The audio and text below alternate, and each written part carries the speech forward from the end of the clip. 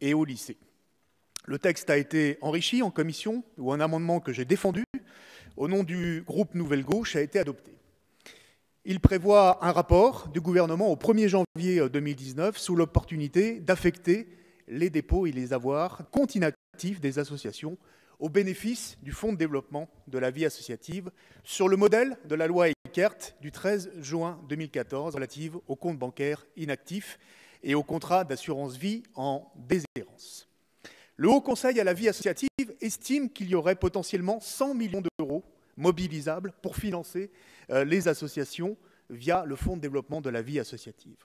C'est une disposition que nous avions déjà votée dans le cadre de la loi Égalité et Citoyenneté en 2017, mais le Conseil constitutionnel avait censuré cet article pour des raisons de forme, au motif que c'était un cavalier législatif. Malgré cette avancée, qui, je l'espère, sera suivi des faits. Je ne parle pas du rapport, ça c'est une obligation pour le gouvernement, il nous le remettra, bien évidemment, mais je parle des suites législatives concrètes qui pourraient être retirées.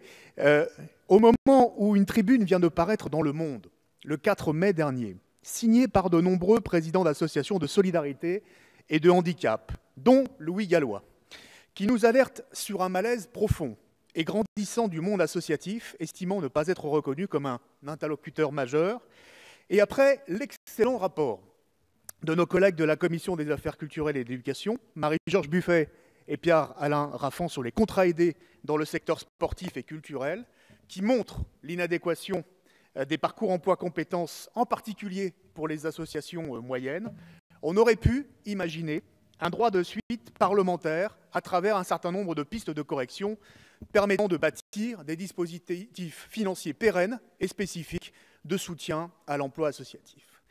Avec les parcours emploi-compétences, aujourd'hui, les associations moyennes sont frappées d'une triple peine. Elles subissent de plein fouet la réduction drastique et brutale du nombre de contrats aidés, de 460 000 en 2016 à 200 000 en 2018, et cela va continuer d'après les prévisions du gouvernement. Elles sont moins bien financées.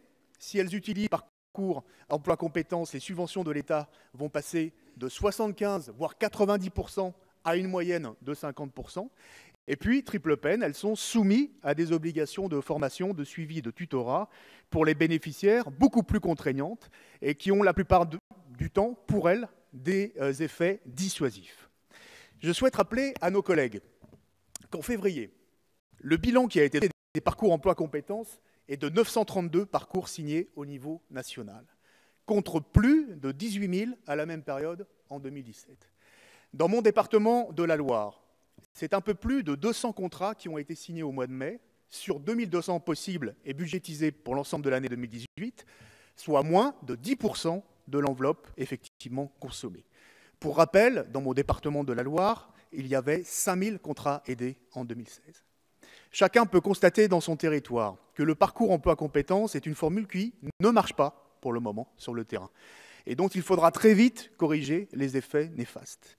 Pour de nombreux clubs sportifs, ces restrictions financières sur les contrats aidés s'ajoutent à la baisse de 30% des crédits de la part territoriale du Centre national de développement du sport pour le financement de leur fonctionnement, de leurs équipements ou de la formation des bénévoles.